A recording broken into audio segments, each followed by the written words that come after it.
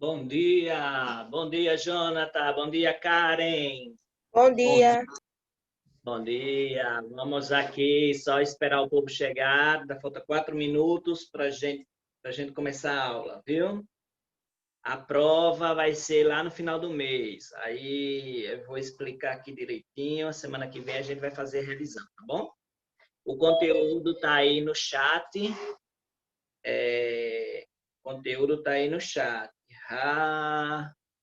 Radja, bom dia, Radja. Aí o conteúdo está aí no chat, viu, da aula de hoje. E a gente vai ver esse conteúdo, revisar da aula passada, certo? E vai dar tudo certo. Bom dia, Fabiana, Carla. Bom dia, Fabiana. Bom dia, professor. Tudo bem com você? Tudo bem com o senhor? Também, graças a Deus, a gente está em quarentena, né? Aí eu estou em casa, né? Uhum. E, se Deus quiser, a gente vai sair dessa quarentena, se Deus quiser. Ai, ai. Olha, o conteúdo está aí no chat, esse tempinho é para todo mundo entrar. Bom dia, Edmilson Galego. Bom dia, Galego.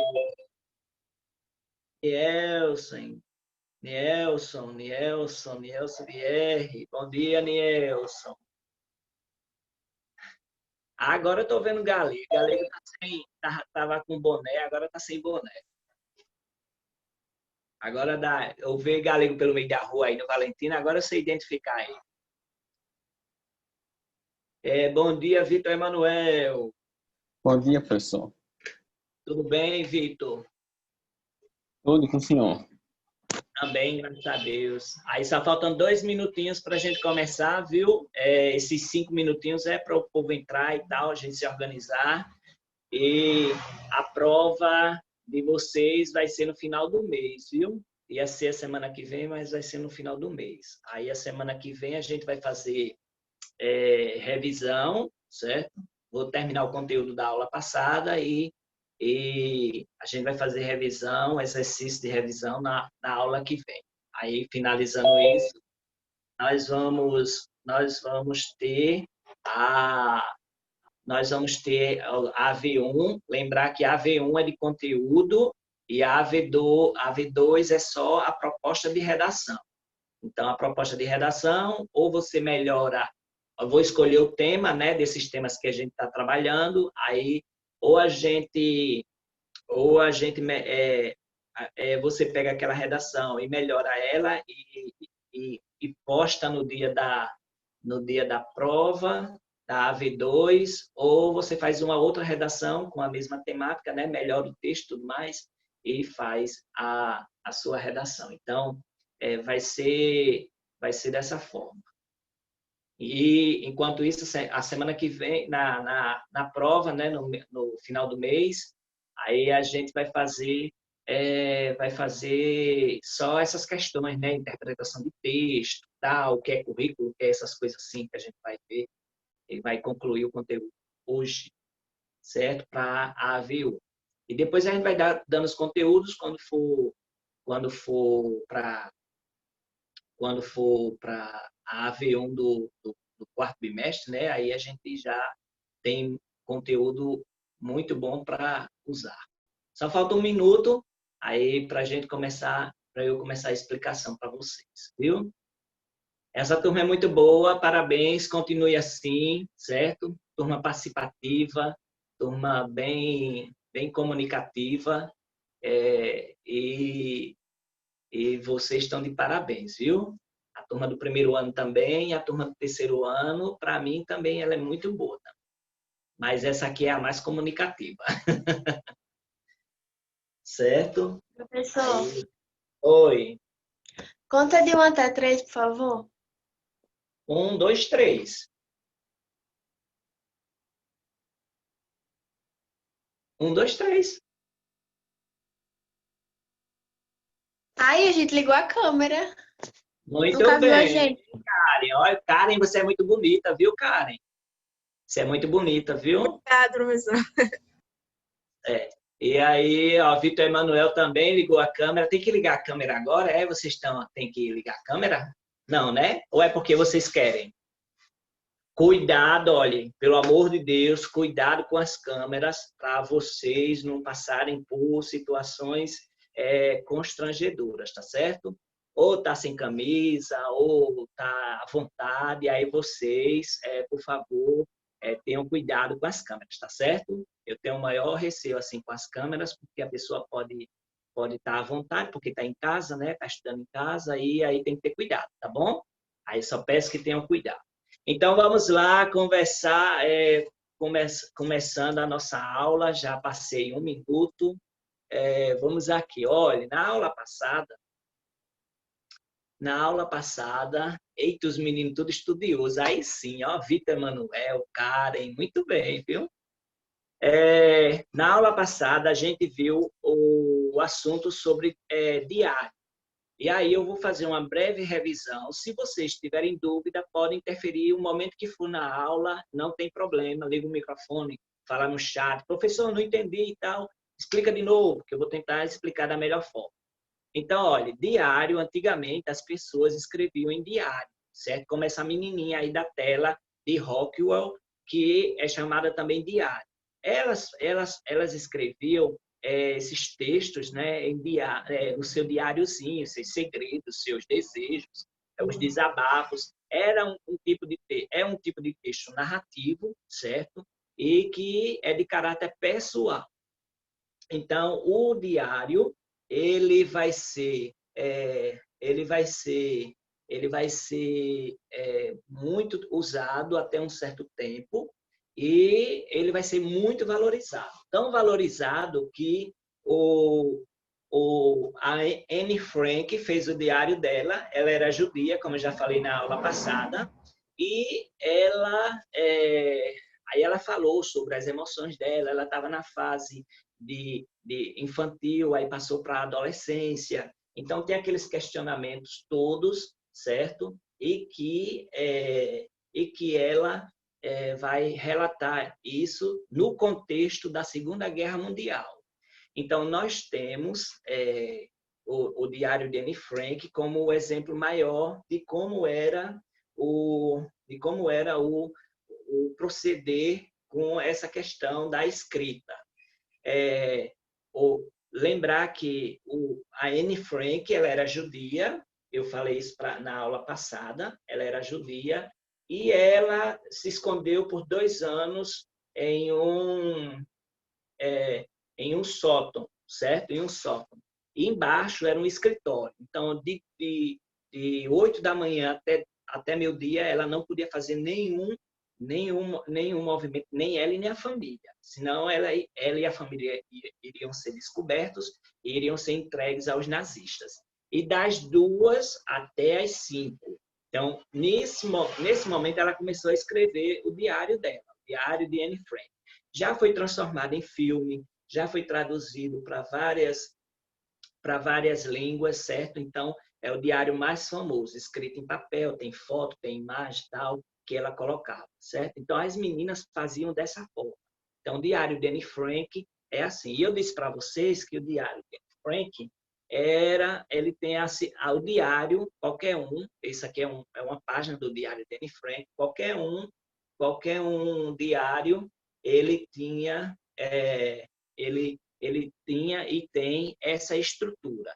Dia, mês e ano, às vezes vem o nome da cidade, tem uma saudação inicial, tem o texto e tem uma saudação final.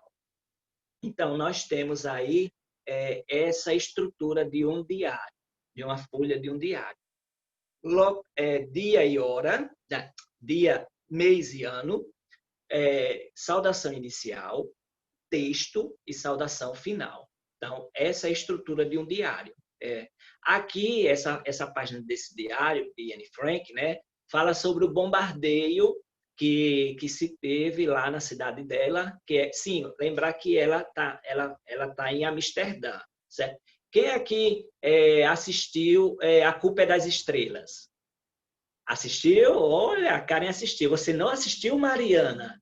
Pois é, Mariana, já passou na Globo não sei quantas vezes, toda vez que o povo que assiste, o povo chora e tal, que tem lá a história de um casal, né, que se conhece e tal. E eu não vou falar da spoiler, né, porque fica melhor você vendo, e tem também na Netflix. Aí, olha, o filme A Culpa é das Estrelas, ele fala sobre o diário de Anne Frank. É tanto que eles vão visitar a casa onde Anne Frank ficou, que é no sótão. Aí a moça que está com câncer, ela vai, fica sem fôlego e tal. Lá o local era muito pequeno. Aí, depois de um certo tempo, os nazistas descobriram e eles foram para o campo de concentração. Quase todo mundo morreu, menos o pai, né, de Anne Frank. E aí ele publicou o diário dela e é um sucesso mundial que foi transformado em filme, foi transformado em outras formas de leitura, certo? Então, lá em A Culpa é das Estrelas, tem uma parte do filme que ele faz essa relação com essa questão do diário de Anne Frank, certo? E outra, essa página aqui que eu estou mostrando para vocês, ela faz uma relação com o bombardeio, certo? Que tinha nas cidades na Segunda Guerra Mundial e que está lá na Menina que Roubava Livros. Quem já viu aqui a Menina que Roubava Livros? Já viu, Mariana? Muito bem. Aí lá tem um momento que está bombardeando a cidade, né? Então, aqui ela está dizendo que as sirenes estão estão soando justamente para dizendo que é o momento da bomba, né? A bomba já caindo na cidade. Então, nós temos essa questão do diário de Anne Frank, que faz essa relação. Quando, olha, um texto faz uma relação com outro texto, é chamado de intertextualidade, certo? Quando um texto, ele cita um outro texto, ou seja, quando a gente lê um texto e vê que ele fala do mesmo assunto de um outro texto, isso é chamado de intertextualidade, certo? Que a gente vai ver em umas aulas futuras. Aí eu falei para vocês sobre o blog. O blog, que é o webblog, ele é um diário online, certo? As pessoas deixaram mais de escrever em papel e foram escrever no computador, na internet, certo? Colocando suas ideias, suas fotos, seus vídeos, seus pensamentos. Aí do blog surgiu o Tumblr. Depois do Tumblr, agora é o Instagram, né? Que é um diário online que você coloca sua vida todinha lá, marca o local, coloca o seu pensamento, coloca o que é que você está fazendo. Então, lá também é um diário online. Então, o blog vem de weblog, certo? Que é uma página da internet que você pode colocar o que você quiser. Ele ampliou a ideia de diário. Aí é um diário online. Por quê? Porque no diário online, no blog, você pode botar uma música, pode botar um filme, pode botar um gráfico, pode colocar sua fala, pode escrever. Então, ele ampliou. No diário, era só aquela questãozinha de colocar umas fotos, desenhos, tal, que você mesmo tinha que fazer. Mas no blog em si, já tem todas essas ferramentas digitais disponíveis para a pessoa pegar e fazer. Olha só, eu falei também para vocês na aula passada que quando vocês vão arrumar um emprego, vocês têm que levar um currículo.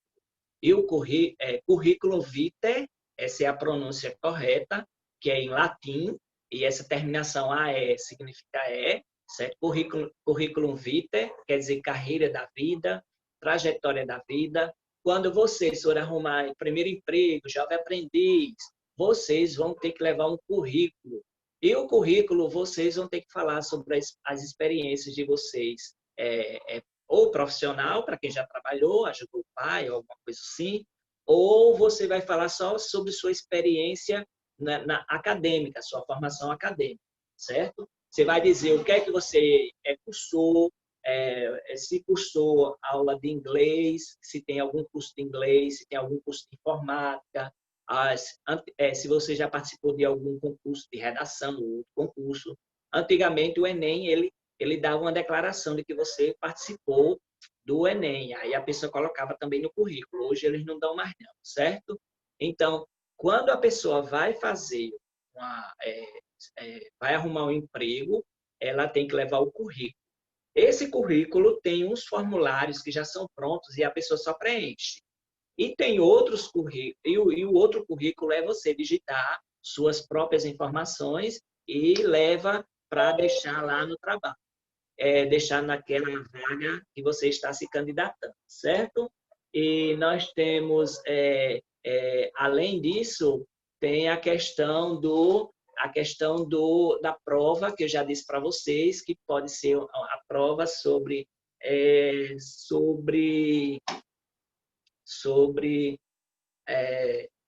a prova pode ser uma redação, que ela pode ser narrativa ou descritiva.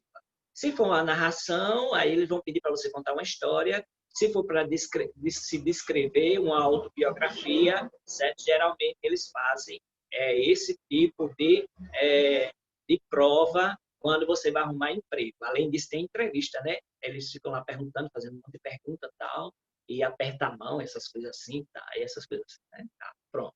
E, além disso, tem que levar o currículo impresso, tá bom? Sim, tem um currículo online também. Por exemplo, Fundação Bradesco, tem Riachuelo, CIA. Ainda tocando nesse assunto, Riachuelo, CIA, eles pedem uma foto, certo? Eles pedem uma foto e a pessoa tem que colocar no currículo uma foto, porque eles também avaliam a aparência da pessoa, né? Que eu acho que não tem nada a ver. Competência não importa se tem aparência, não importa a aparência, o importante é a competência. Mas para essas lojas de C&A, Riachuelo, eles visam muito a aparência. E logo eles pedem uma foto no seu currículo, né? No currículo da pessoa que está se candidatando. Eu não acho isso legal. Mas fazer o quê, né? Aí, olha, vou falar um pouco de uma forma resumida. Isso aqui tudo eu vou resumir de uma forma mais simples. O ofício, ele é um documento que você envia,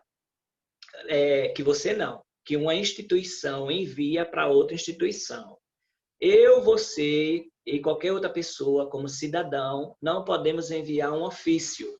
O ofício, ele é só para a pessoa jurídica, pessoa que tem CNPJ.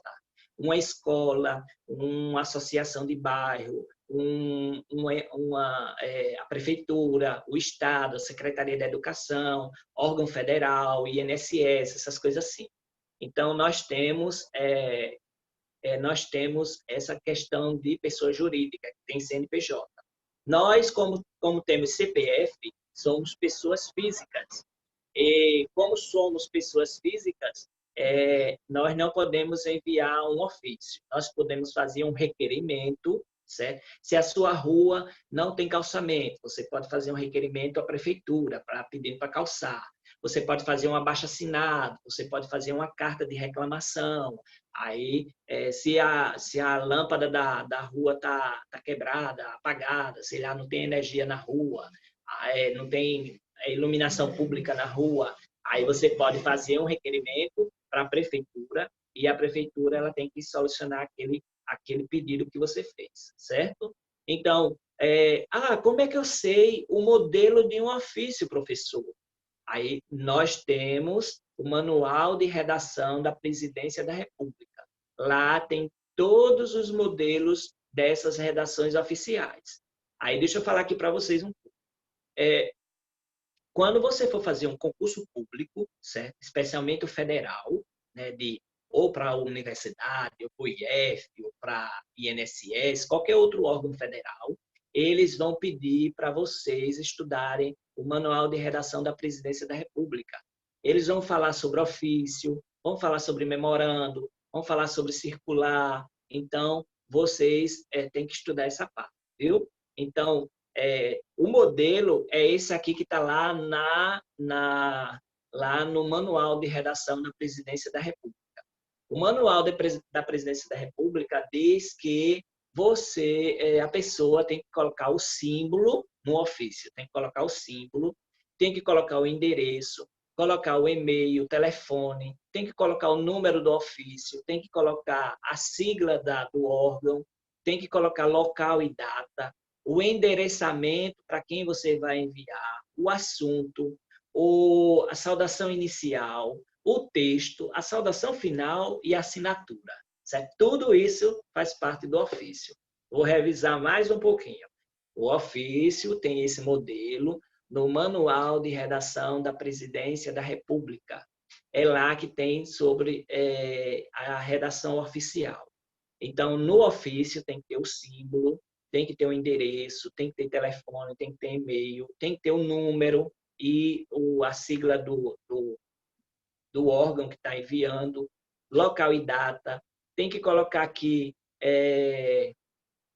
tem que colocar o endereçamento. Se você enviar para o presidente da igreja, né, ou alguma coisa, ao presidente da igreja, ao presidente da associação de bairro, certo? Ok. Aí o presidente da associação de bairro, o presidente da igreja, o secretário de educação. Então, aí tem que colocar a sua excelência, o senhor presidente da igreja, diretor da igreja, diretor da associação de bairro. Tem que colocar o assunto, tem que colocar aqui senhor deputado, senhor presidente, senhor diretor, senhor pastor. E aqui o texto, depois uma saudação final e a assinatura, certo? Isso aqui é o modelo ofício que tem lá no Manual de Redação da Presidência da República. Aí vamos para o próximo conteúdo, que vai ser bem mais fácil, certo? Por quê? Porque vocês já sabem isso de cor e salteado. Resumo e resenha. O resumo, muitos professores pedem assim, faça um resumo da página tal, faça um resumo do capítulo tal, certo? Resumir é você apresentar os pontos mais importantes daquele texto, certo? Sem sua opinião. Você só vai resumir. Você vai parágrafo por parágrafo vendo qual é a ideia principal daquele texto e vai escrevendo. Pode ser um texto, pode ser um filme, pode ser um livro, pode ser um CD, pode ser um concerto de música. Então, isso aí nós podemos fazer resumo de qualquer coisa. Quando vocês chegarem na universidade, lá vai estar falando, os professores vão pedir para vocês fazerem resumo. Resuma o livro tal para a próxima aula, o livro com 500 páginas. Aí vocês vão ter que ler o livro todinho e fazer o resumo. Agora, sobre resenha. Muitas vezes a gente usa a palavra resenha com significado diferente de redação, certo? Quando eu digo assim, Jonathan é uma resenha, Karen é uma resenha, né? Tem muita gente que fala assim, né?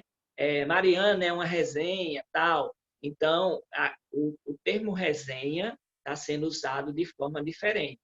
Porque resenha, ele é um resumo, mas ele tem uma crítica. Ele tem uma crítica que pode ser construtiva ou destrutiva, no caso, né? Negativa ou positiva. Essa crítica pode ser de um livro, essa resenha pode ser de um livro, essa resenha crítica pode ser de um livro, filme, certo? Então, a pessoa viu o filme A Culpa é das Estrelas e não gostou muito do final do filme. Então, ela poderia escrever sobre esse filme, certo? E dizer que no final do filme poderia ter sido melhor, né? Poderia ter sido um outro final, né? Ter um outro fim, aquele filme.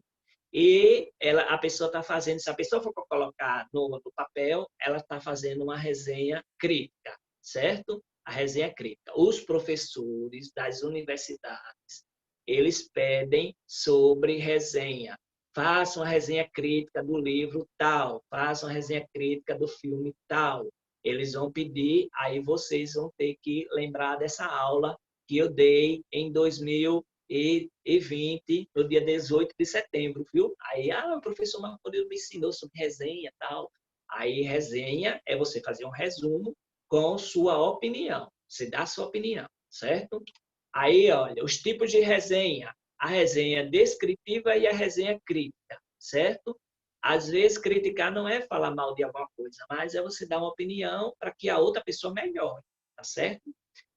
Quando a pessoa pensa em crítica, sempre em negativo, né? Então, olha, uma diferença entre eles dois. O resumo, ele é você tira as informações mais relevantes sem dar sua opinião. Já a resenha crítica, a resenha, ele vai mesclar o resumo com a sua crítica, certo? Com a sua opinião, certo? Então, esse é o tipo a diferença entre a resenha e o resumo. E aqui nós temos algumas dicas com relação a resumo e algumas dicas com relação a resenha. A dica em relação a resumo é essa. Durante a leitura, a gente vai selecionar as ideias mais importantes do texto, de cada parágrafo e tal. Quando a gente vai escrever o resumo, a gente tem que usar frases econômicas, sucintas, manter a ideia principal do texto, não pode dar a opinião pessoal e usar uma linguagem clara e concisa. Então, eu não posso emitir opinião, só pegar as ideias principais. Já a resenha, eu tenho que ser objetivo, eu tenho que escrever o necessário, sem muito exemplo. Eu tenho que escrever em norma padrão, ou seja, sem gíria. Eu tenho que ser claro, coeso e coerente. E aí eu posso opinar, certo? Na resenha eu posso opinar. Aí nós temos o tema da aula de hoje, da redação. Aí eu vou perguntar aqui. Ficou claro o conteúdo de currículo, de blog, de diário, de ofício e de resumo e resenha? Ficou claro? Tem alguma dúvida? Ninguém tem dúvida, né? Tem certeza? Posso passar para a próxima? Ok. Posso passar para a próxima explicação, que é essa aqui. Ok. Pode. Beleza. Aí, ó, o tabagismo no século XXI, certo? Aí eu até perguntei aqui se alguém fumava e tal, aí a gente começou as conversas e tal. Então, olha, o tabagismo é um problema de saúde pública, certo? O tabagismo no século XXI. O que é o tabagismo? É tudo que é relacionado ao tabaco, à nicotina, ao cigarro, certo? Nós sabemos que a nossa cultura, ela tem muitos fumantes, certo? E antigamente, eu não sei se vocês têm essa informação, mas antigamente tudo que era glamuroso, tudo que era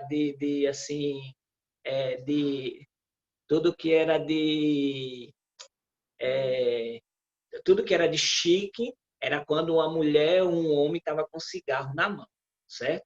O cinema, ele valorizou bastante isso e E com isso, com essa valorização do cigarro, as pessoas fumavam e pegavam o vício e ficavam com o vício da nicotina, né, do tabaco. E a partir de 1989 nós temos leis mais rígidas que começou então a diminuir o número de fumantes no Brasil. Mas por quê? Porque o governo é bonzinho, o governo não quer que ninguém fume, não sei o quê, bababá. Não, é porque tem muita despesa na saúde.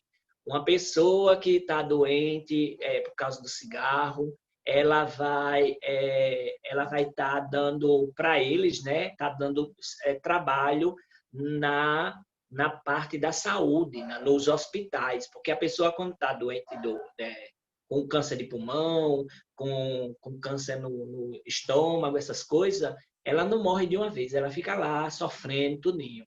Então, para o Estado, isso aí é uma despesa muito grande manter uma pessoa no hospital, certo? Aí nós temos alguns dados aqui que é justamente sobre o que nós vamos ver, certo? Aqui, ó. O cigarro ele tem 4.700 substâncias tóxicas. 30% das pessoas terem câncer de pulmão, elas morrem, certo? Existe o fumante passivo e o fumante ativo. O ativo é aquele que fuma mesmo, puf, puf, puf, tá, e assim. E o passivo é aquele que cheira, né? Aquela fumaça do cigarro, certo? E as pessoas com problemas de coração, né? Ela é 25% das mortes, e aquelas que têm câncer no estômago e tal, são 30% das mortes. A pessoa que usa nicotina, ela tem efeitos na boca, ela tem o cheiro, fica fedendo a cigarro, né? Fica fedendo o cabelo, fede a boca, o hálito, o mau hálito. Ela tem os dentes amarelos, então tem toda o feto quando a mulher fuma, o feto tem tem as dificuldades também, ok? E assim, isso é uma despesa que o cigarro paga muito imposto, 80% do cigarro é imposto, certo? A pessoa consumir o cigarro, 80% que ele paga ali é imposto. Então, é uma carga de imposto muito alta. Mas, mesmo assim, as pessoas compram cigarro, certo? Porém, o que o Estado gasta com as pessoas que ficam doentes por causa da nicotina, por causa do tabagismo, é muito maior e uma despesa muito maior. E lembrar que isso é uma droga lícita. É uma droga lícita, não é uma droga ilícita como a maconha, que a gente vai tocar nesse assunto em outra oportunidade, certo? Aí alguns dados mais, nós temos aqui, olha, como eu já falei para vocês, a partir de 1989, o Brasil ele vai ter os programas, né? Brasil Unido contra o Tabaco, que vai fazer com que tenha leis que proíbam o uso das propagandas. As propagandas de cigarro são aquelas com as imagens horrorosas. Não pode fumar em lugar fechado, tem que ser lugar aberto. O imposto é muito caro, certo? E que os jovens não têm acesso ao cigarro. Então, com isso, a quantidade de fumantes caiu significativamente aqui no Brasil. Aí nós temos fumantes no mundo. A pessoa que fuma, aliás, o país que mais tem fumantes é a China, também pela quantidade de gente que tem lá, né? E, como eu disse para vocês, aqui embaixo tem esse dado muito importante. Os problemas de saúde custam 21 bilhões de dólares de reais por ano aos cofres públicos. Ou seja, 0,05% do PIB do Brasil é gasto na saúde com pessoas que têm alguma doença por causa do cigarro, da nicotina. Então, tem problemas de pneumonia, AVC, câncer de pulmão, câncer ou outro tipo de câncer, certo? Doença pulmonar, doenças cardíacas, que é a maior quantidade de pessoas que têm doenças através do uso do tabaco. Então, nós temos aqui que o tabaco mata mais de 7 milhões de pessoas e 890 mil são fumantes passivos, certo? Então, como já foi dito, o fumante passivo é aquele que respira a fumaça do cigarro. Aí vou interromper aqui a tela porque eu vou ter que passar um videozinho para vocês, bem básicozinho, sobre o cigarro. Só um minutinho que eu vou passar a tela aqui. Aqui. Aí vai passar. Ele tem 4.720 substâncias tóxicas, custa caro para o bolso do brasileiro e é responsável por 22% das mortes por câncer no mundo. De quem estamos falando? Do cigarro, é claro. Para desestimular o consumo do cigarro, foram criadas leis anti-fumo. E é sobre elas que nós vamos conversar hoje. Bora bater um papo saúde? É proibido fumar, diz o aviso que eu li. O tabagismo é a doença crônica causada pela dependência à nicotina presente nos produtos à base de tabaco. O tabagismo também é um sério problema de saúde pública no mundo todo. A primeira vez que leis foram usadas no Brasil como estratégia para tentar diminuir o número de afetados pelo cigarro foi na Constituição Federal de 1988, quando foram aplicadas restrições para as propagandas. De lá para cá, os anúncios foram quase extintos. Os ambientes em que se pode fumar foram muito limitados e os impostos sobre esses produtos chegam a ser 80% do seu preço final. E não pense que a cobrança desses impostos é só para pesar no bolso do cidadão, não. Estudos apontam que são gastos 1,4 trilhão de dólares anualmente no mundo todo só para tratamento de doenças causadas pelo tabagismo. Isso representa 1,8% do PIB mundial. A alta taxação desestimula, sobretudo, que jovens comecem a fumar e desencoraja ex-fumantes a voltarem para o vício. E olha como tem surtido efeito. Entre os anos de 1989 e 2008, caiu quase pela metade o número de fumantes no Brasil. E acredita-se que as taxas sobre esses produtos sejam responsáveis por 46% dessa redução. Com menos fumantes e pensando no impacto para a saúde coletiva, são necessários menos lugares ou uma maior limitação de lugares onde é permitido o consumo de tabaco. Isso também faz com que menos pessoas sejam expostas à toxicidade do cigarro ou influenciadas a fumar. Lembrando que a fumaça tragada e liberada no ambiente é prejudicial para a saúde de todos que compartilham aquele local. E é com esse pensamento que a última lei antifumo foi sancionada. Ela impede o consumo de cigarro em ambientes parcialmente fechados, como cobertos por toldos e teto ou cercado de paredes e divisórias. Afinal, ninguém deve ser condicionado a respirar um ar poluído e prejudicial à saúde, não é mesmo? Isso quer dizer que os fumódromos são proibidos. E nada de propaganda também. Desde 1996, comerciais de qualquer tipo são proibidos em todos os meios de comunicação. Só podem existir cartazes, painéis e pôsteres dentro dos estabelecimentos comerciais e com aquelas famosas advertências do Ministério da Saúde sobre prejuízos que fumar traz à nossa saúde. Marcas de cigarro não podem sequer patrocinar eventos esportivos e culturais. E todo esse esforço não é à toa. 63% das mortes por doenças crônicas não transmissíveis estão relacionadas ao uso do cigarro. Destaque também para as doenças respiratórias, como a bronquite e o enfisema pulmonar. Isso sem contar a saúde da boca, muito prejudicada pelo tabagismo, podendo resultar em câncer bucal, doença periodontal e também no mau hálito e na mudança da cor dos dentes. Além disso, o tabagismo não afeta só o dependente, mas também as pessoas ao redor. Das 7 milhões de mortes anuais causadas pelo tabaco, são estimadas 890 mil de fumantes passivos, ou seja, pessoas que não fumam, mas que convivem com pessoas que fumam regularmente. E quem mais sofre são as crianças. Filhos de pais que fumam têm maior tendência a problemas de audição, uma vez que a nicotina prejudica a oxigenação das células auditivas.